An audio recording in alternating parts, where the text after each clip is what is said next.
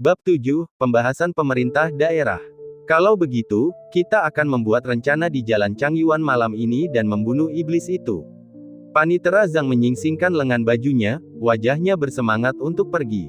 Chen Chao meliriknya. Dia tidak mengerti bagaimana seorang pejabat sastra bisa begitu antusias dengan hal semacam itu.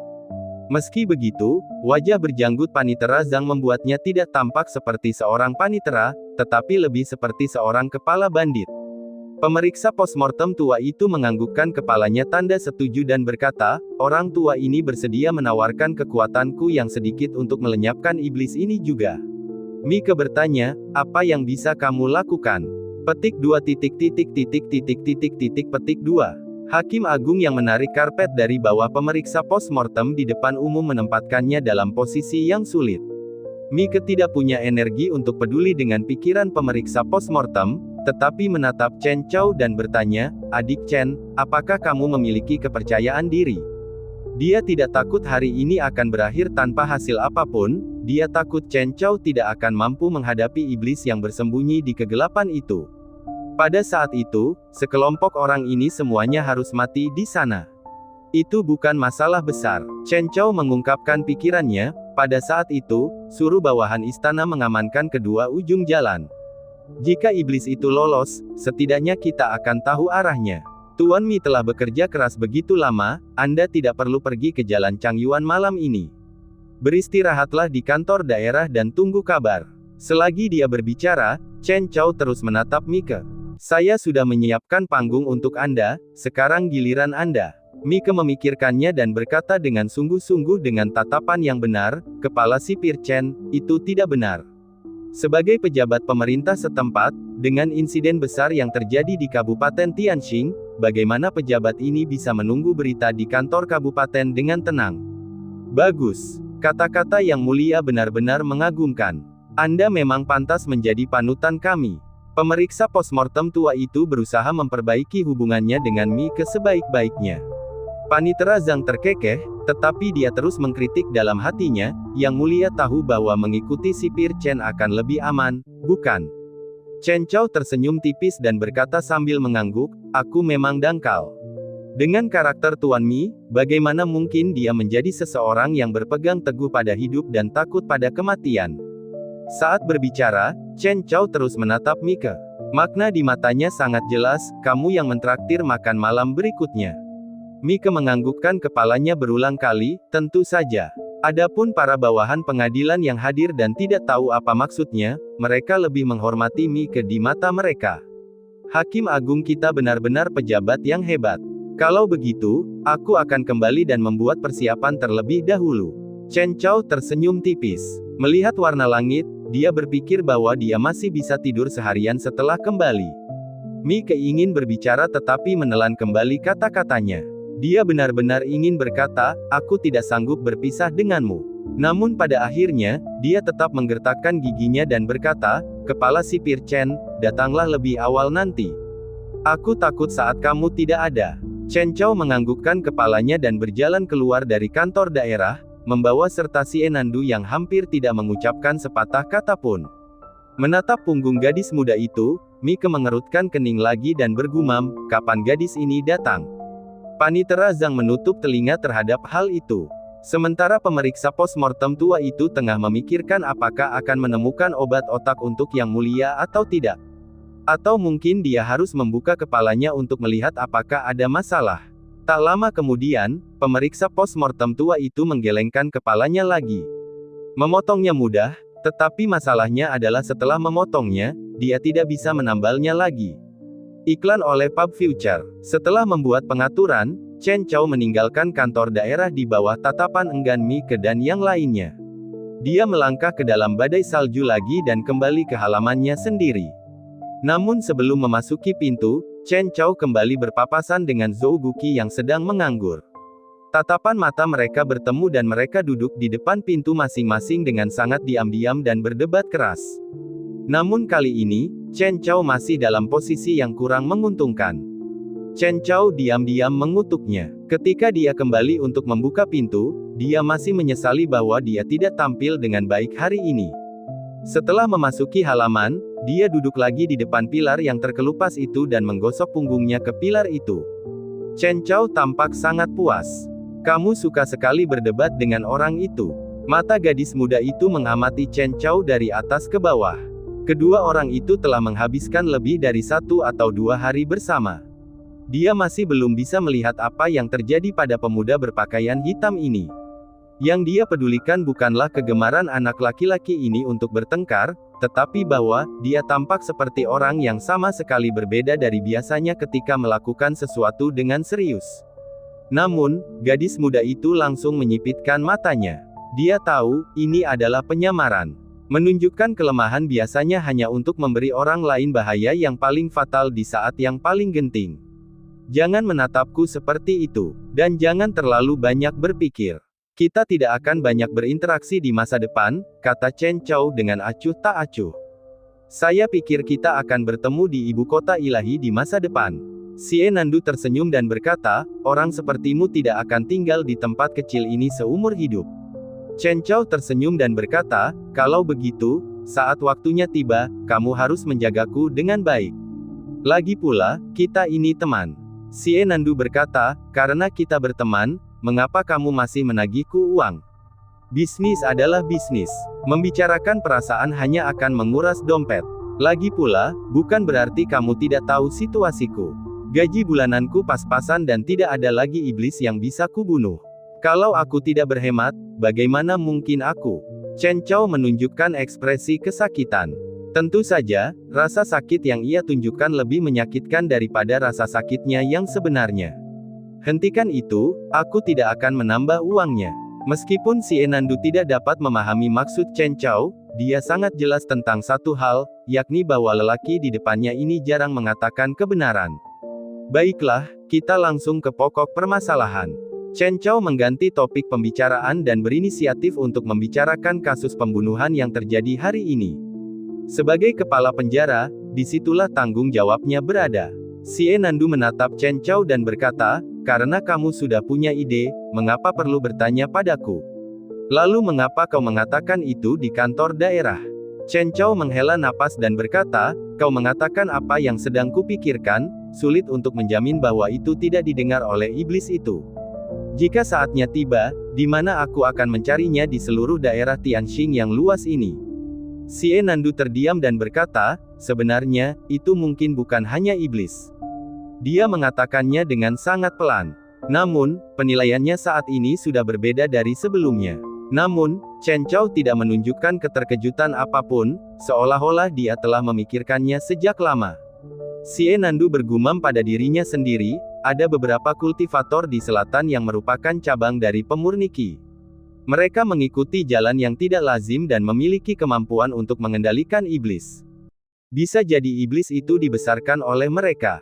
Jika seorang kultivator yang lewat membiarkan setan yang berada di bawah komandonya keluar untuk melakukan kejahatan, maka mereka tidak akan merasa khawatir. Ekspresi Chen Chao agak jelek. Para kultivator dinasti Liang Agung selalu mengabaikan otoritas kekaisaran dan memandang kehidupan sebagai rumput. Jika itu benar-benar seorang kultivator, itu akan menjadi masalah besar. Xie Nandu menatap Chen Chao dan bertanya, jika itu benar-benar iblis yang dibesarkan oleh seorang kultivator, apa yang akan kamu lakukan? Ini adalah pertanyaan yang sangat lugas. Sebenarnya, ini juga merupakan pertanyaan yang dihadapi oleh seluruh dinasti Liang Agung selama 200 tahun ini. Mengenai jawabannya, selama bertahun-tahun, banyak pejabat pemerintah dinasti Liang Agung telah menggunakan tindakan untuk menjawabnya. Itu sama saja dengan menutup mata terhadap hal itu. Jika mereka membuat marah para pembudidaya di puncak gunung, dapatkah dinasti Liang Agung menahan amarah mereka? Lupakan dinasti Liang Agung, bicara saja mengenai situasi saat ini, jika itu benar-benar iblis yang dibangkitkan oleh seorang kultivator, apa yang dapat kau, Chen Chao, seorang sipir kecil yang menyedihkan, lakukan? Chen Chao tidak menjawab pertanyaan ini. Dia hanya menatap Xie Nandu dan bertanya, apakah kamu akan menginap di sini malam ini? Atau mengikutiku ke jalan Changyuan? Tidak, aku tinggal di rumah malam ini. Xie Nandu bertindak tidak seperti biasanya kali ini dan tidak memilih untuk mengikuti Chen Chao. Chen Chao berkata dengan serius, Aku merasa perlu mengingatkanmu, ini rumahku, bukan rumahmu. Xie Nandu berkata dengan nada agak kesal, itu hanya masalah kecil, apakah pantas mengatakannya dengan serius? Ads by Pub Future. Chen Chao menganggukkan kepalanya dan masih sangat serius saat berkata, aku takut kau akan punya rencana padaku. Tentu saja, aku pria yang sangat hebat, jika kau tidak bisa menahan diri untuk tidak jatuh cinta padaku, menurutku itu tidak masalah. Tapi masalahnya, aku takut setelah kau melahirkan ide ini, kau akan merasa bahwa aku menyelamatkanmu adalah sesuatu yang tidak perlu dikatakan lagi, dan kau akan lupa memberiku imbalan. Xie Nandu tenggelam dalam pikirannya dan bertanya, jika aku benar-benar jatuh cinta padamu, bukankah kamu akan bisa mendapatkan lebih? Benar juga, ini benar-benar sesuatu yang sulit untuk ditolak, tapi aku tetap harus menolakmu. Chen Chao dengan santai merobek serpihan cat yang mengelupas dari pilar kayu dan berkata sambil tersenyum tipis, hidup dari seorang wanita memang nyaman, tapi aku tidak menyukainya. Saljunya lebih ringan hari ini, tetapi masih sangat dingin. Zhou Guqi duduk di depan pintu rumahnya sendiri sambil mengenakan jubah katun tebal dan menggosok-gosok tangannya. Namun, suasana hatinya sedang baik. Alasan mengapa dia senang bukan karena dia menang berdebat dengan bocah Chen itu lagi. Lagi pula, dia selalu menang dan sudah terbiasa dengan itu. Itu karena wanita gemuk itu kembali ke rumah orang tuanya hari ini. Ayah mertuanya merayakan ulang tahunnya yang ke-80 hari ini. Wanita gemuk itu menghajarnya habis-habisan sebelum pergi. Dia ingin Zhou Guqi kembali bersamanya, tetapi Zhou Guqi tetap menolaknya. Dia tidak baik-baik saja selama beberapa tahun ini. Para kerabat dari pihak ayah mertuanya menertawakan dan mengejeknya. Jika itu orang lain, mereka tidak akan mau dimarahi lagi pada kesempatan seperti ini. Akan tetapi, dia hanya sekadar malas. Malas jalan dari jalan ini ke jalan itu. Sulit. Zhou Guqi yang saat itu sedang menikmati waktu luangnya sendirian tiba-tiba mendengar suara berderit. Ia mengangkat kepalanya dan melihat, pintu itu terbuka lagi. Seorang pemuda berpakaian hitam berjalan keluar. Siapa lagi kalau bukan bocah nakal bermarga Chen itu? Zhou Guqi menyipitkan matanya dan menjadi bersemangat. Bagaimanapun juga, mereka adalah kenalan lama. Chen Chao tahu apa yang dipikirkan bajingan tua ini saat mereka bertemu pandang. Dia melambaikan tangannya dengan tidak sabar, saya sedang ada urusan resmi. Saya tidak punya waktu untuk berdebat. Zhou Guqi mendecak lidahnya dan berkata, bocah, apakah kamu akan pergi ke jalan Changyuan? Ya, ada setan yang memasuki kota. Berhati-hatilah saat tidur di malam hari. Wah, dasar berandal, kau menunjukkan perhatianmu pada ayahmu. Apa kau merasa bahwa jika ayahmu meninggal, tidak akan ada yang membantahmu? Tidak, uang sedang terbatas akhir-akhir ini. Sudut mulut Zhou Guqi berkedut, ekspresinya agak jelek. Bocah ini benar-benar memarahi orang tanpa berkata kasar. Apakah kamu benar-benar berpikir iblis itu masih akan muncul di jalan Changyuan? Mendengar ini, Chen Chao tiba-tiba berhenti dan berbalik untuk melihat pria yang jauh dari kata tampan ini. Mungkinkah? Ide apa yang kamu punya? Chen Chao menatap Zhou Guqi, sebuah ide aneh perlahan muncul. Zhou Guqi tertawa terbahak-bahak dan berkata, bocah, otakmu tidak tajam. Setelah melakukan 2 pembunuhan di jalan Changyuan, bisakah iblis itu tetap tinggal di sana malam ini? Ini sama saja dengan alasan ayahmu menyembunyikan tabungan pribadi. Siapa yang akan menyembunyikan tabungan pribadinya di satu tempat? Pria itu tampak bijaksana dan tampak cukup sombong. Sudah hilang. Sudut mulut Chen Chao berkedut. Dia sekarang penuh penyesalan. Apa sebenarnya yang saya nanti-nantikan? Apa? Kau masih tidak mengerti. Lelaki itu tampak meremehkan, ekspresinya seperti menghakiminya karena dia adalah kasus yang tidak ada harapan dan tidak bisa diajarkan. Chen Chao mengacungkan jari tengahnya ke arah pria itu tanpa ekspresi. Tanpa menunggu pria itu bereaksi, dia pun pergi. Bab 8, dipukul sampai mati. Malam tiba lagi dan jalan Changyuan menjadi sangat sepi. Setelah 2 pembunuhan berturut-turut, penduduk jalan ini menjadi sangat berhati-hati. Saat malam tiba, mereka tidak berani membuat keributan. Mereka menutup pintu dan jendela, bahkan meletakkan peralatan pertahanan di samping tempat tidur. Penggilas adonan dan pisau dapur adalah barang yang paling umum. Kantor daerah sangat bungkam. Beberapa orang yang mendapat informasi lengkap hanya tahu bahwa 2 pembunuhan terjadi di Jalan Changyuan. Kematian beberapa orang itu mencurigakan, tetapi mereka tidak tahu dengan jelas bahwa itu adalah ulah setan. Oleh karena itu, tidak terlalu banyak kepanikan yang menyebar di daerah itu. Di tengah kegelapan malam, di pojok Jalan Changyuan, Hakim Mike beserta sekelompok bawahan pengadilan tengah berjaga di sana, semuanya mengamati Jalan Changyuan dengan gelisah di malam hari. Apa yang sedang dilakukan kepala penjaga Chen? Mengapa dia belum datang? Mike menoleh untuk melihat ke kejauhan, tetapi dia tidak melihat sosok apapun. Jantungnya yang berdebar kencang bahkan dalam keadaan gelisah. Sekarang, melihat sudah hampir waktunya, mengapa orang ini belum datang? Dia mempertaruhkan nyawanya pada Chen Chao. Jika orang ini tidak dapat diandalkan, tubuhnya yang beratnya lebih dari 100 pon akan hilang. Panitera Zhang membawa pedang baja. Pada saat ini, matanya tidak menunjukkan banyak rasa takut. Sebaliknya, dia sedikit bersemangat. Dia merendahkan suaranya dan berkata, "Kepala penjaga Chen adalah seorang ahli bela diri, dia mungkin sudah ada di sini. Kemungkinan besar dia tidak bertemu dengan kita agar tidak membuat musuh waspada." Jangan lihat bagaimana Panitera Zhang terlihat kasar, pada kenyataannya, pikirannya luar biasa teliti. Kalau tidak, dia tidak mungkin bisa memegang posisi panitera resmi ini selama bertahun-tahun. Mike menganggukkan kepalanya dan berkata dengan ragu, "Iblis kali ini seharusnya tidak sulit ditaklukkan, kan? Apakah kamu tahu apa itu penjaga alam Chen?" Panitera Zhang menggelengkan kepalanya dan berbisik, "Bagaimanapun, dia pasti seorang seniman bela diri murni." Mengenai alam apa, pejabat rendahan ini juga tidak bisa mengatakannya dengan pasti. Kultivator dan seniman bela diri hidup berdampingan di dinasti Liang Agung. Seniman bela diri itu sederhana, hanya ada satu jalan. Namun, para kultivator memiliki banyak jalan yang beragam. Ada berbagai sekte dan aliran pemikiran, masing-masing dengan kemampuan ilahinya sendiri. Mereka yang belum pernah menginjakkan kaki di jalur kultivasi tidak dapat menjelaskan seluk-beluknya. Orang awam seperti Panitera Zhang hanya tahu bahwa dunia tampaknya membagi alam kultivasi menjadi 6 tahap. Semuanya universal, baik itu kultivator maupun seniman bela diri. 6 alam. Ada pepatah yang mengatakan bahwa setiap alam adalah lapisan cakrawala. Adapun di wilayah mana sipir muda itu sekarang berada, dia juga tidak tahu. Tetapi, hanya beberapa tahun terakhir ini saja, hari-hari yang damai itu terus mengingatkan mereka bahwa wilayah sipir muda misterius itu sama sekali tidak rendah. Selain itu, tidak perlu berpikir terlalu banyak.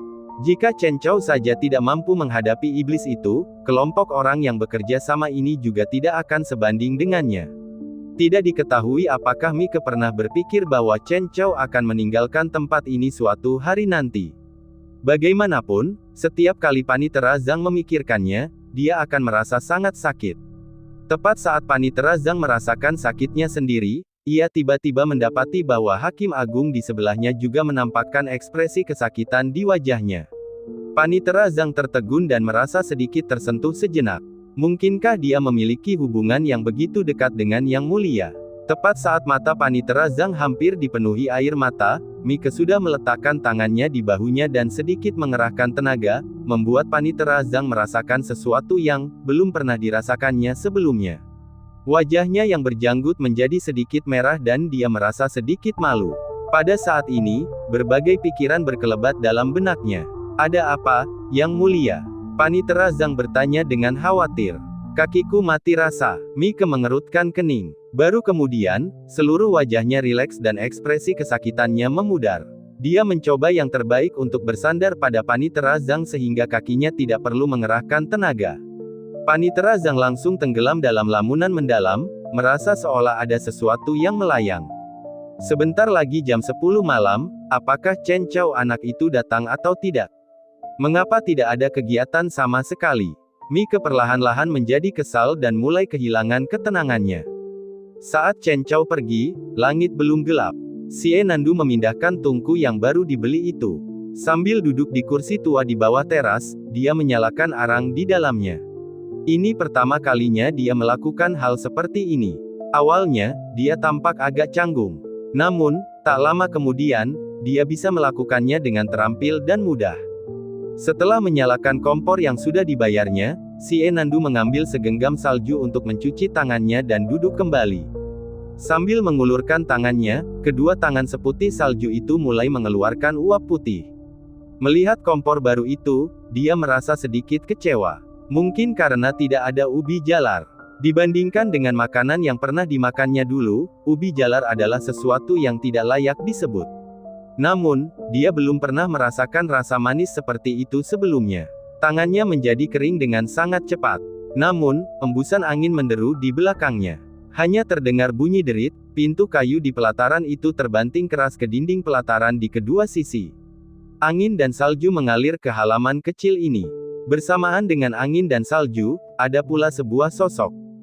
Dia melewati halaman dan tiba di bawah beranda sambil mengibaskan salju yang menempel di tubuhnya.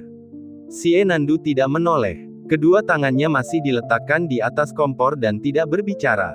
Baru setelah orang itu berada beberapa kaki di belakangnya, dia menarik tangannya.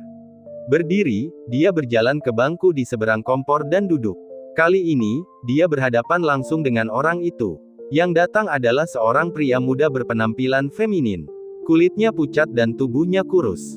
Ia mengenakan jubah katun putih tebal. Layak menjadi keturunan paling menonjol dari klan Si White Deer di generasi ini. Dengan ketenangan ini saja, tidak akan ada masalah untuk mendapatkan pijakan yang kuat di ibu kota ilahi. Pemuda itu membuka mulutnya dengan senyum tipis, suaranya penuh penghargaan.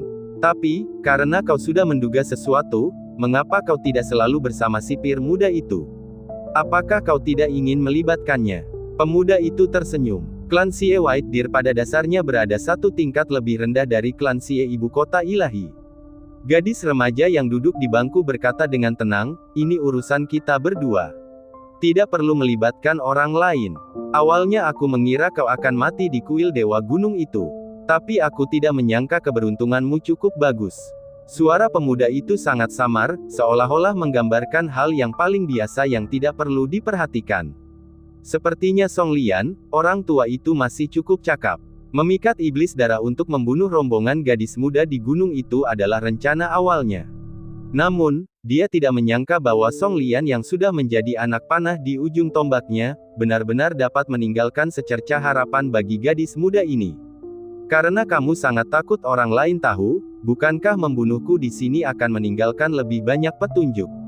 Apa kamu tidak takut? Si Nandu menatap pemuda itu dan berkata dengan tenang, metode membesarkan iblis, bahkan jika itu disamarkan sebagai iblis yang memakan orang, selama orang penting dari ibu kota ilahi datang, mereka pasti akan menemukan banyak kekurangan.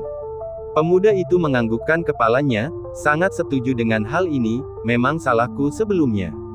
Aku merasa harus membuat kematianmu sempurna tanpa jejak. Namun, baru kemudian aku mengerti satu hal. Setelah kau mati, tidak akan ada banyak masalah lagi. Lagi pula, siapa yang akan berperang demi orang yang sudah mati? Si Nandu menggelengkan kepalanya, klan Si White Deer tidak akan membiarkan keturunan mereka yang paling menonjol mati dengan cara yang membingungkan. Kau salah. Jika kau benar-benar seorang jenius, muda tapi bijaksana dan cakap, maka kau tidak akan mati di sini. Jika kau mati di sini, bagaimana kau bisa hidup sesuai dengan kata jenius? Pemuda itu memasang ekspresi mengejek, kalau kamu bukan seorang jenius, siapa peduli kamu mati atau tidak? Si Nandu berhenti bicara. Pada titik ini, dia sudah tahu penyebab dari semua yang telah terjadi. Ada seseorang di ibu kota ilahi yang tidak ingin dia muncul dengan aman di ibu kota ilahi. Namun, sama sekali tidak mungkin bagi orang itu untuk memengaruhi para petinggi sejati klan Sie di ibu kota ilahi. Caranya tidak dapat disembunyikan dari mata para petinggi itu juga. Mampu mencapai semua ini, dia jelas telah menerima persetujuan diam-diam. Bahkan saat dia meninggalkan White Deer, berapa banyak pengikutnya, seberapa tinggi wilayah kekuasaan mereka, itu semua disetujui oleh seseorang. Mengapa harus mengalah? Si Nandu memiliki emosi yang aneh di matanya. Namun, emosi itu hanya sekilas muncul sebelum memudar, langsung kembali tenang. Gadis muda yang dianggap telah melalui segala macam kesulitan dan rintangan sebelum tiba di Kabupaten Tianxing ini hanya berkata dengan tenang, agaknya, orang-orang penting di ibu kota ilahi itu tidak bermaksud menyakitiku.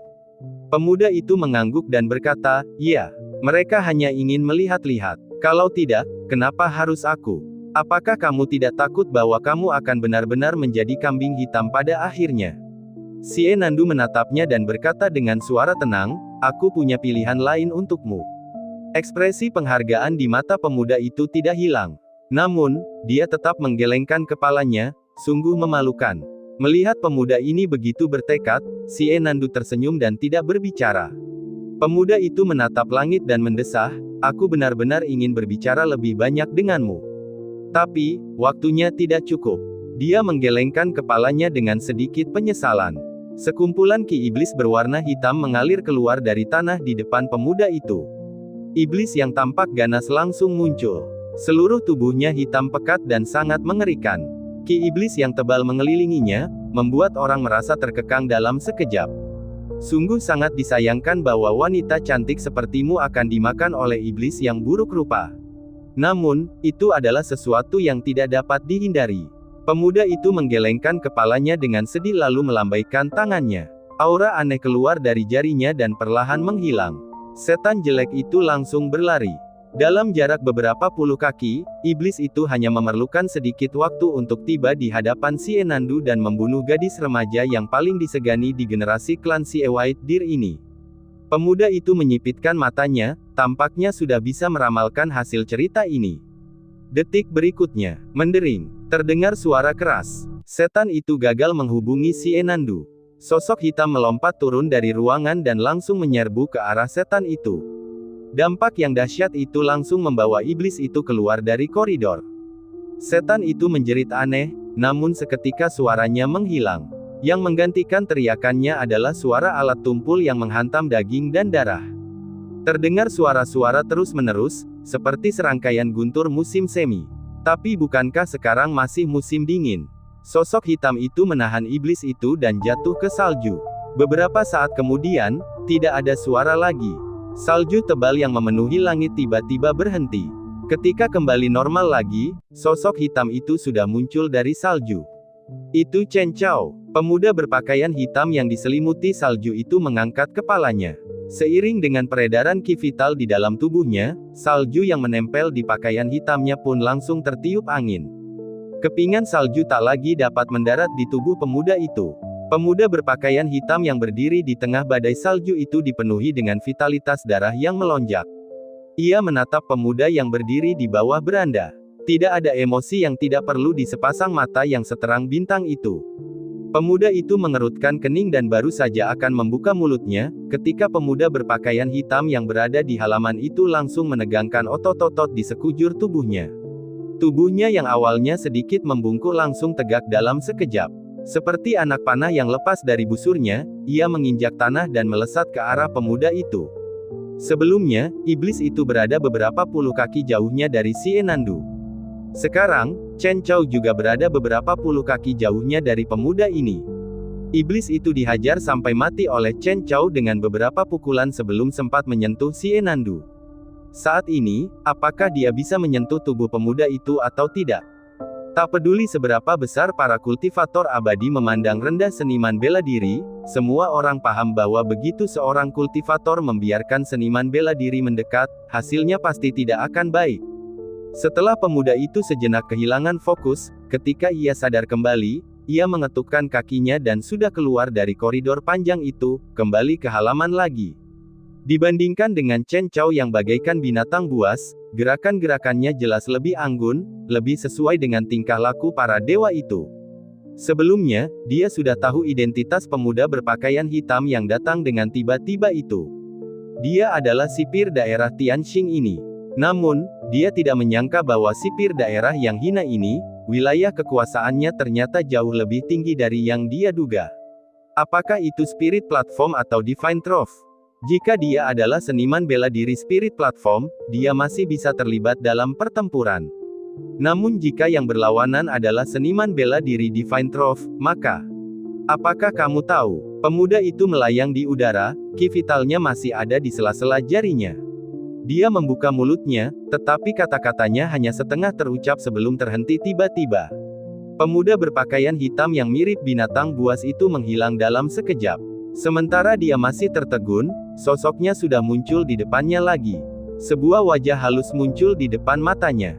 Pemuda berpakaian hitam yang tanpa ekspresi itu hanya menatapnya seperti itu.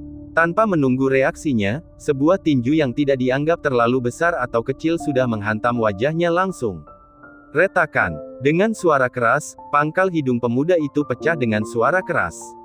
Rasa sakit yang hebat membuatnya berhenti berpikir untuk sementara waktu.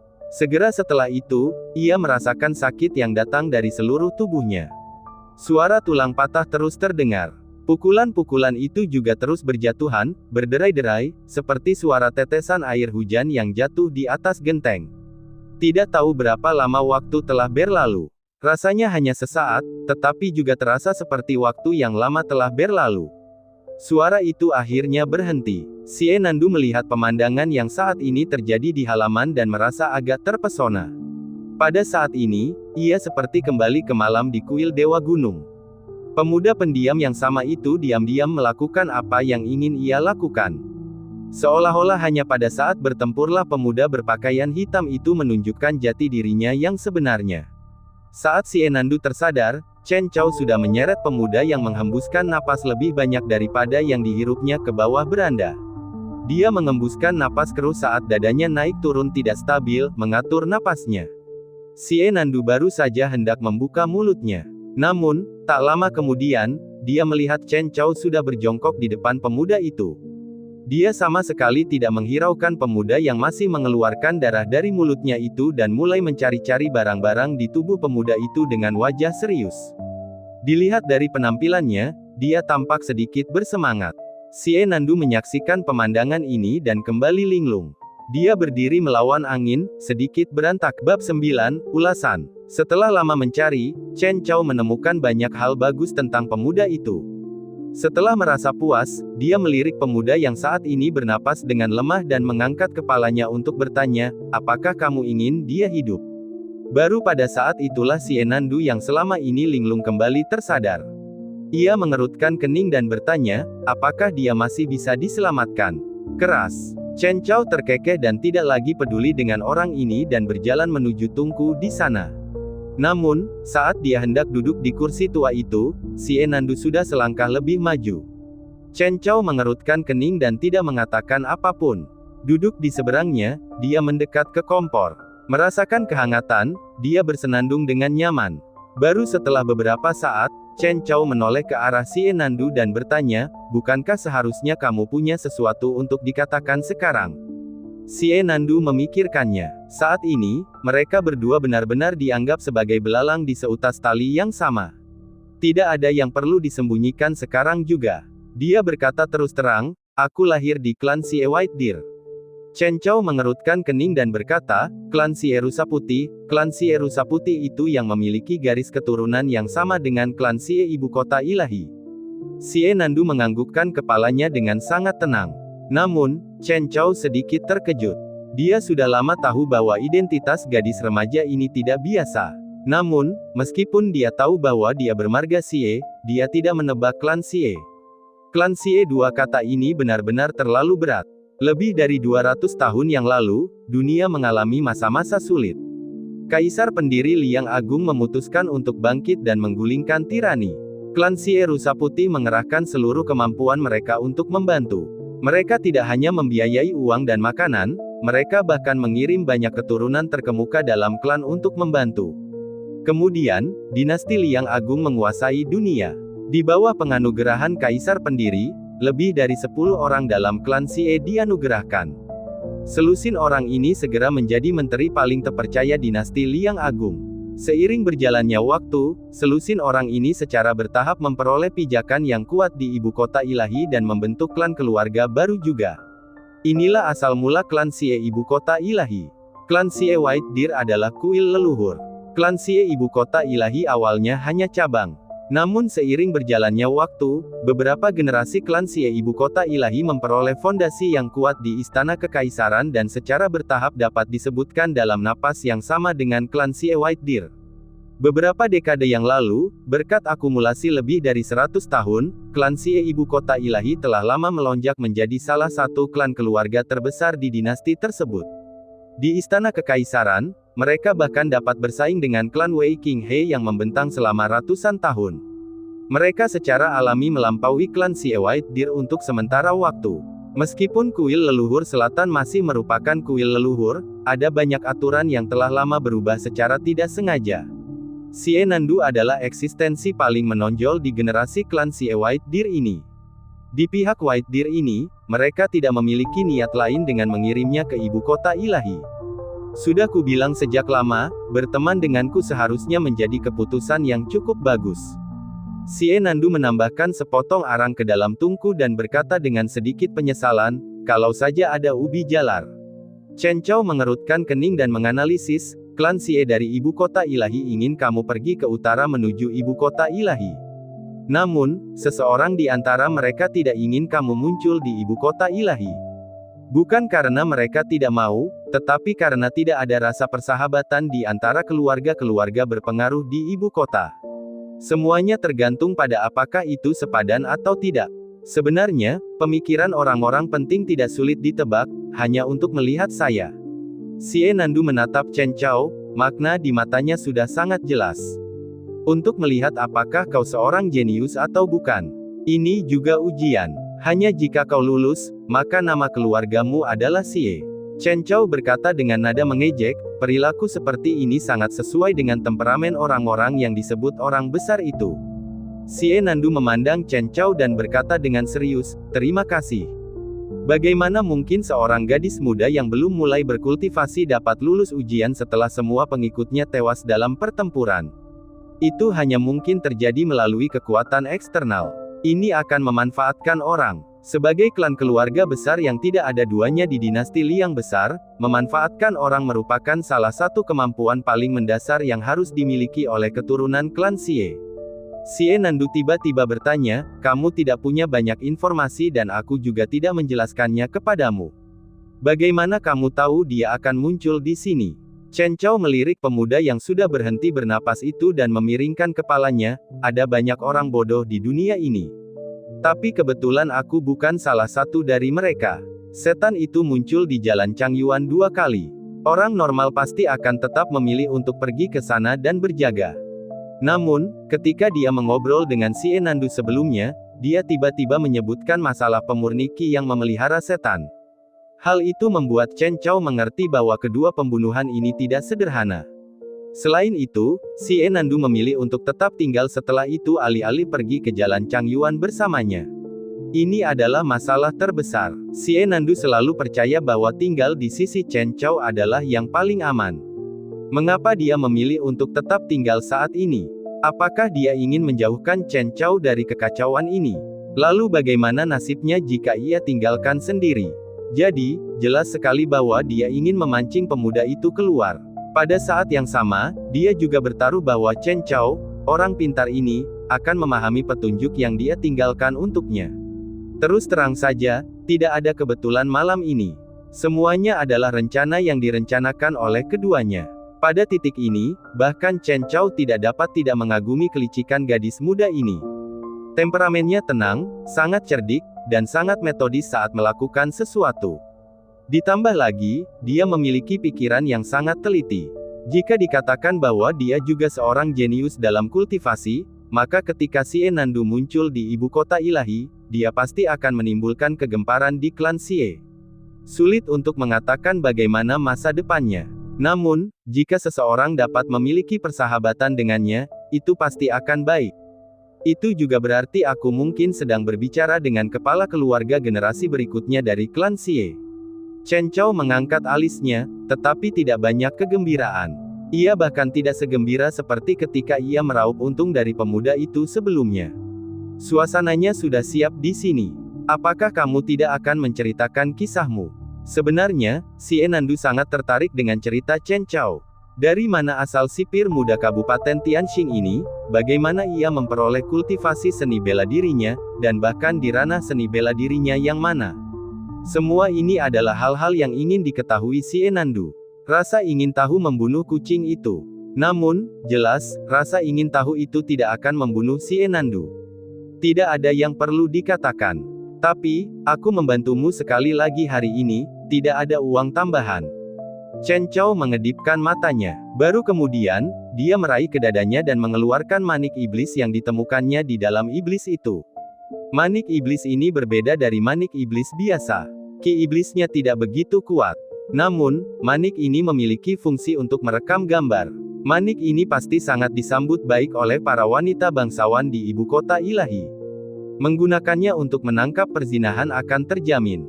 Sambil memegang manik iblis, Chen Chao menjadi serius dan bertanya, apakah ujiannya berakhir di sini? Atau masih ada ujian selanjutnya?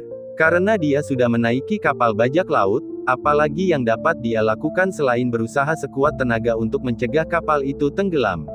Xie Nandu menggelengkan kepalanya dan tersenyum tipis, siapa yang benar-benar bisa menebak apa yang dipikirkan orang-orang penting? Melihat satu sisi atau melihat sisi lainnya, siapakah yang bisa memastikan? Chen Chao tiba-tiba berkata, orang sepertimu, kalau ada yang menikah denganmu di masa depan, bukankah mereka akan dihantui rasa takut seumur hidup? Mendengar ini, Xie Nandu pun tidak marah, ia hanya bertanya, mengapa aku harus menikah dengan seseorang? Chen Chao tercengang mendengar ini. Saat dia tidak tahu harus berkata apa, Xie Nandu kembali membuka mulutnya dan berkata sambil tersenyum, jika memang ada pria yang baik, apa salahnya menikahinya?